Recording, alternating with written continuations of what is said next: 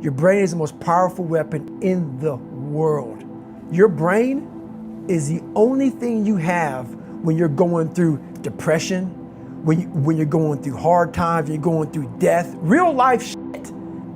You're alone. You're alone. You may have a shrink you're going to, you may have a best friend you're going to, but there's 24 hours in the day where you're alone in this brain. And your brain is talking to you in all kinds of ways. And it wants to control you and pull you in these different pockets. If you can't control your own brain and your brain controls you, you're f***ed. You got to tell your brain where you want to go and how you want to go and how you want to get there. You got to control it. If not, it's over. It's over. You got to shut off technology. You got to go here. I call it the dark room, where you're alone. No cell phones, no music, no TVs, no computers. You by yourself. Very few people want to be alone anymore. They want to be around noise and people, and you can't think. Be alone, go to that dark space.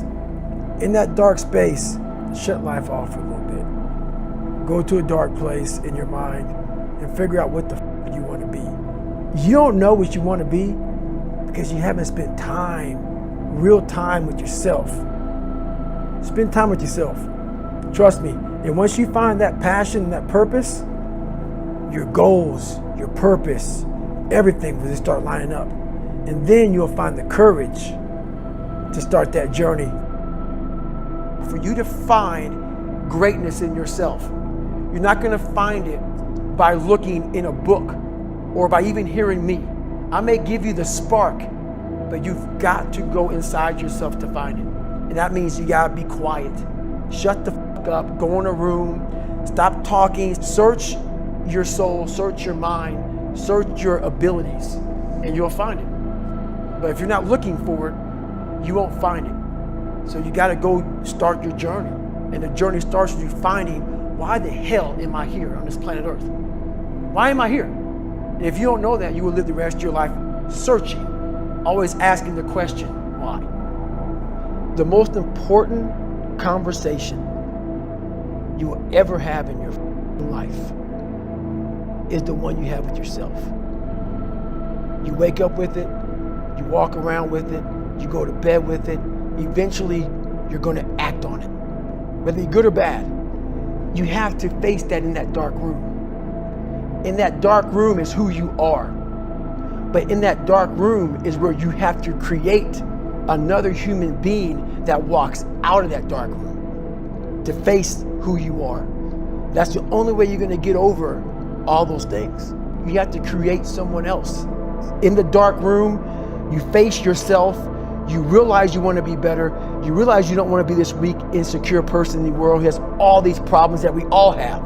When you really sit back at your life and you're in that dark room and you're looking at where you started from, and then you put a goal in your mind. How are you gonna feel, man, when you accomplish this goal? Coming from that shit. Coming from the hell you came from. A lot of people start from a good starting point. They have a good foundation. What if you can surpass all of these motherfuckers? What if everybody who was way up here started up here, and you started with no legs. You had to grow legs to even start walking, and then crawling, and then running. And then you start passing people with all this given to them. I had to use all this negative shit that was making me weak and horrible as a person. I had to use this as the power that now fueled me. I had to flip it on its head and say, hold up. This might be exactly what I need. The darkness is exactly what I need. It's how you look at your situation.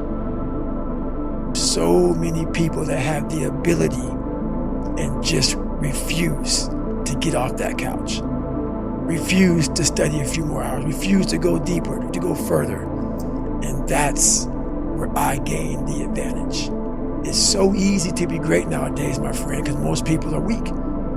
Most people don't want to go to that extra mile. Most people don't want to find that extra because it sucks. It's miserable. It's lonely. Hard times create hard men. Hard men create soft times. Soft times create soft men. Soft men create hard times. We are now around soft men and hard times. you can't be weak. And in this country, being weak is thought of as a virtue.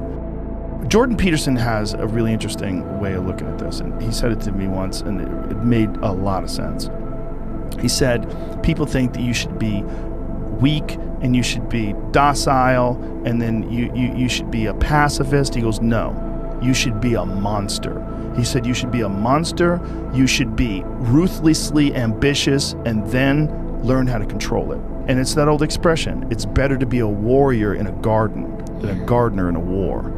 It's an old expression, but it makes sense, because it doesn't mean that you can't be kind if you're strong, but it does mean you can't be strong if you're weak.